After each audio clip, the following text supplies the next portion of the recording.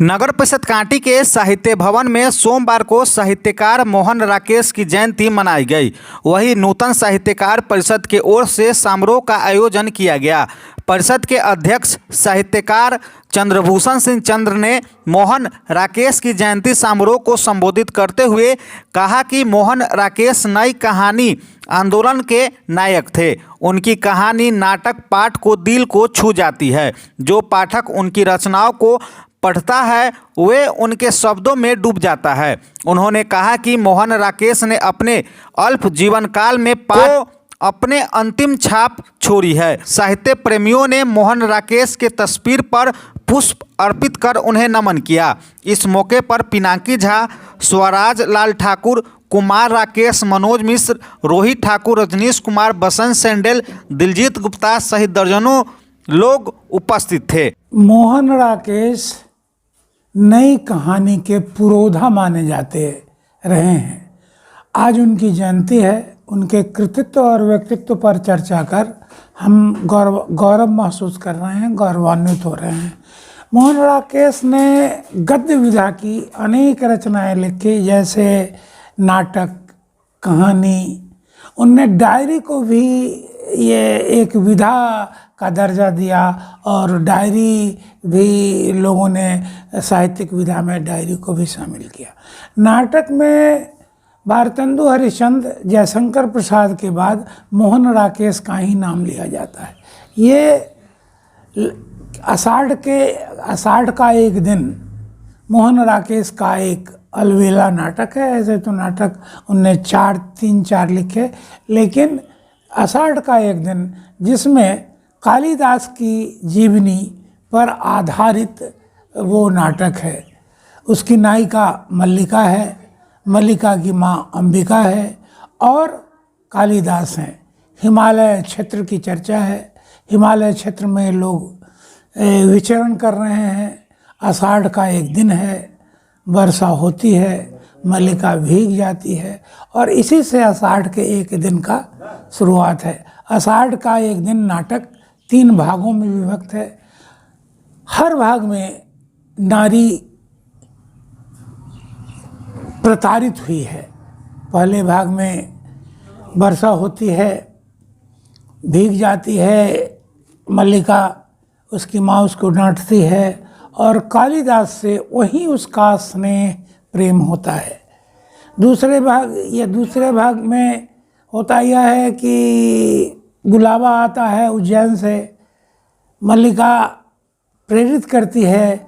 वह इस बात के लिए खुश है कि वहाँ जाके ये उच्च स्तर को प्राप्त करेंगे, इसलिए जान के भेजती है। लेकिन उज्जैन जाने के बाद कालिदास भूल जाते हैं मल्लिका को, वहाँ उनने दूसरी शादी कर ली है।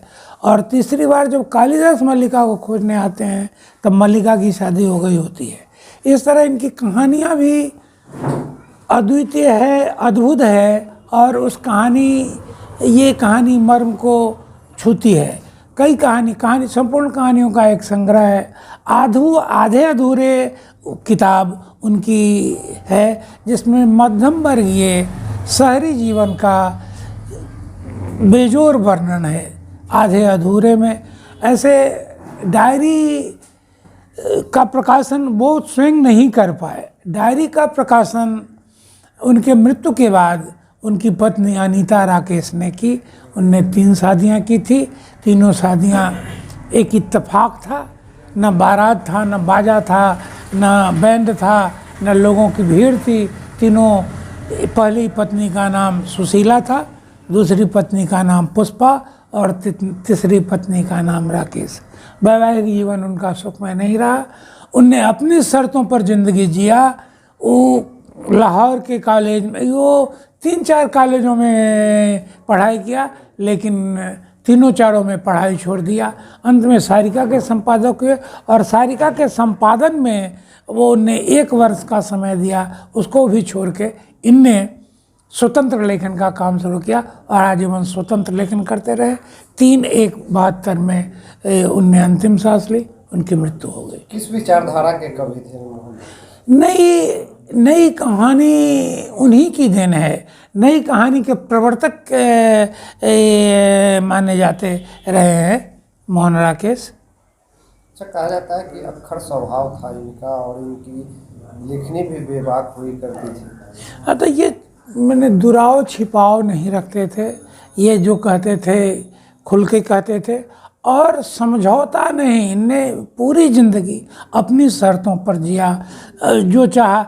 ये कहीं समझौता अपने जीवन से, लाइफ स्टाइल से नहीं किया। अच्छा, अल्प इनकी जिंदगी अल्पायु रही है, इतने कम समय में इतनी ख्याति प्राप्त इन्होंने की, आप इसे किस नज़र से देखते हैं?